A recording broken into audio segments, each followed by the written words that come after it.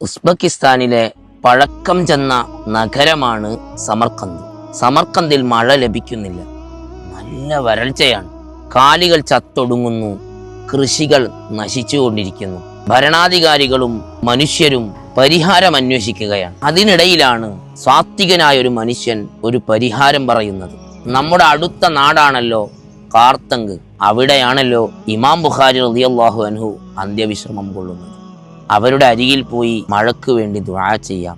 ഭരണാധികാരികൾ ജനങ്ങളെ ഒരുമിച്ച് കൂട്ടി ഇമാം ബുഖാരിയുടെ ഖബറിനരികിലേക്ക് പോയി അവിടെ വെച്ച് മഴയ്ക്ക് വേണ്ടി ദുആ ചെയ്തു. അന്തരീക്ഷം മേഘാവൃതമായി, മഴയുടെ കോപ്പ് കൂട്ടി. 7 ദിവസത്തോളം തുടർച്ചയായി മഴ പെയ്തു. ദുആ ഏത് പ്രതിസന്ധികളെയും തരണം ചെയ്യാനുള്ള പ്രതിവിധിയാണ്. മഹാന്മാരെ മുൻനിർത്തിയാകുമ്പോൾ ഉത്തരം ലഭിക്കാൻ അത് പ്രധാന കാരണമാണ്. യുദ്ധമൊടുങ്ങി സമാധാനം പുനഃസ്ഥാപിക്കാൻ ദുആ ചെയ്തുകൊണ്ടേയിരിക്കുക. അദ്ദുആഉ സിലാഹുൽ മുഅ്മിൻ. പ്രാർത്ഥന വിശ്വാസിയുടെ ആയുധമാണ്.